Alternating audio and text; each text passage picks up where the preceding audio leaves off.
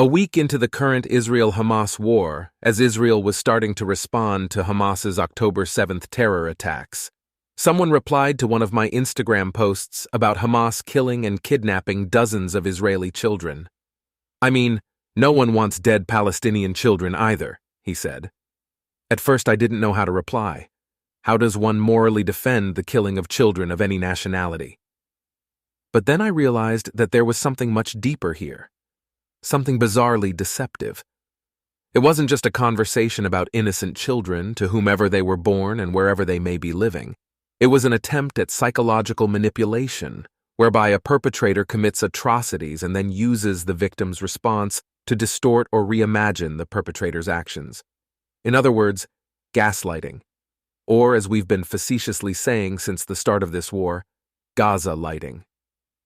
The concept of gaslighting originated from Patrick Hamilton's play Gaslight, first performed in London in 1938. The plot revolves around a man, Gregory, intent on convincing his wife, Paula, that she's insane, so he can gain access to her inherited jewels. At first, the relationship is tranquil, but small pockets of perplexing anger stir up.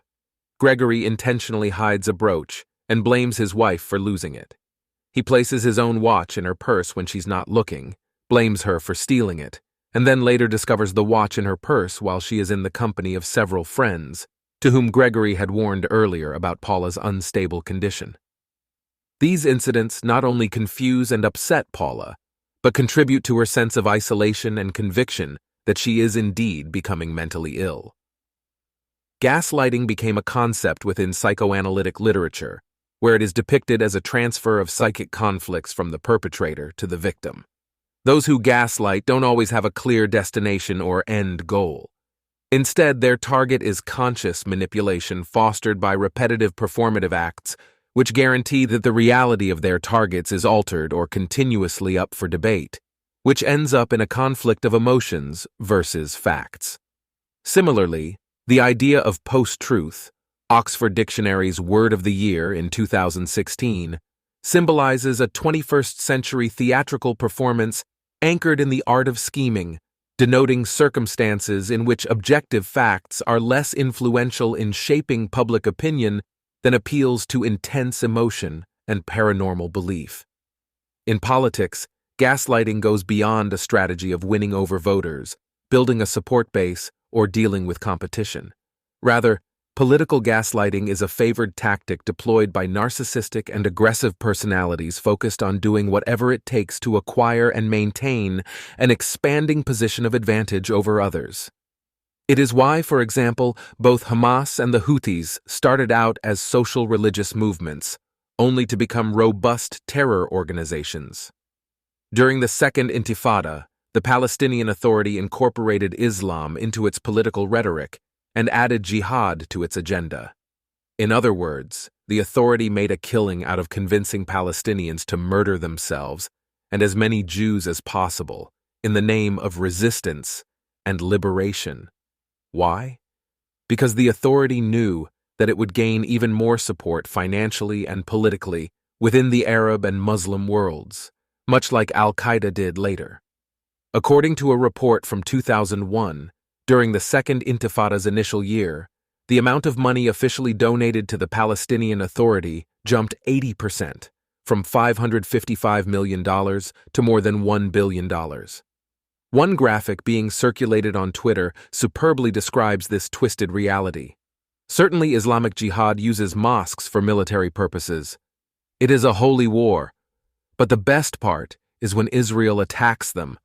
Then we can whine to the world that Israel is bombing our holy places.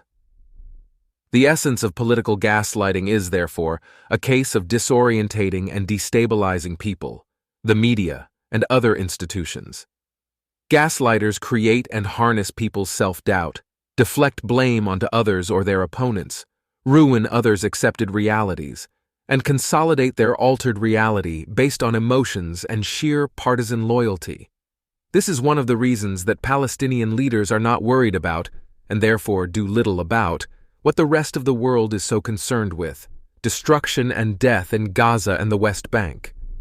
On the contrary, Endless images of dead Palestinians are proof to the world that Israel is committing genocide, which politically, financially, and otherwise supports their gaslighting-charged causes.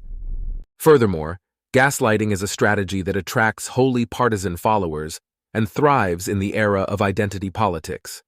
You cannot hold both liberal and conservative views, or support both Hamas and the Fatah, which runs the Palestinian Authority, or subscribe to a two-state solution between Israelis and Palestinians. It's either one program or the other, our way or the highway. Gaslighting is also a strategy that begets authoritarianism, the enforcement and advocacy of strict obedience to agents with status, those who command, who at the expense of personal freedoms disseminate demands to their subordinate followers. Such demands create potential correlative duties to which those who obey must comply by performing certain acts or public demonstrations that directly or indirectly drive division and reward certain groups, such as, in the Palestinian territories, Muslims and Jew haters. Quite literally, both Hamas and the Palestinian Authority dole out millions in grants to Palestinian terrorists in Israeli prisons and their families, a self-perpetuating reward system that produces exponentially more terror, imprisoned terrorists, and martyrs. To be sure, these grants are subject to a rigorous cost-benefit analysis of if and how beneficiaries will support certain Palestinian factions, with those linked to terror activities often receiving more than others. Humanitarian organizations like the United Nations and its agencies, as well as the International Red Cross and World Health Organization, have also become those who obey the Arab world's demands, ostensibly for money, in return for being their mouthpieces and servants. If Qatar of all countries can bribe FIFA's decision-makers to host the World Cup, only God knows that virtually everyone who runs these international organizations are proverbial prostitutes. That is, they all have a price, and the Arabs can easily outbid many others. Thus, gaslighting as a socio-political strategy in an increasingly post-truth world means that every universally held fact is substituted with the demands of the political agent. Lying, misleading, and distorting, so long as they're wedded to ideology, are perfectly acceptable.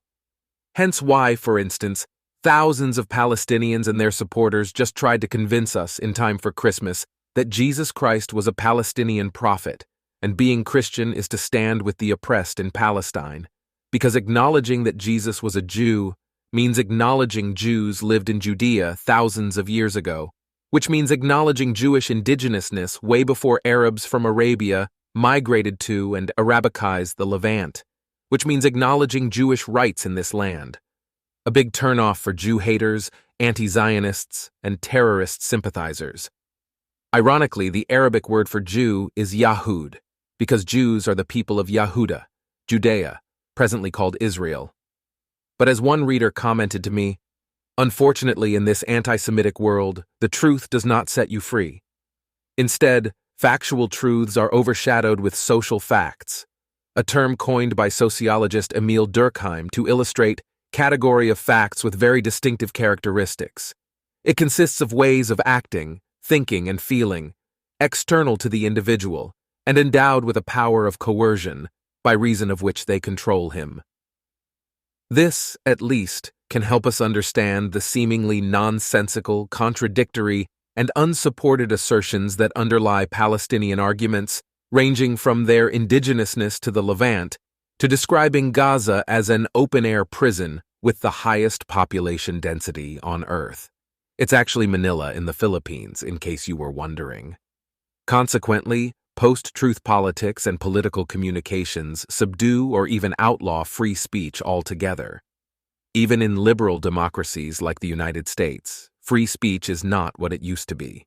At Harvard University, for example, the term fat phobia constitutes violence, and using wrong pronouns is considered abuse. But don't forget, globalize the intifada requires context.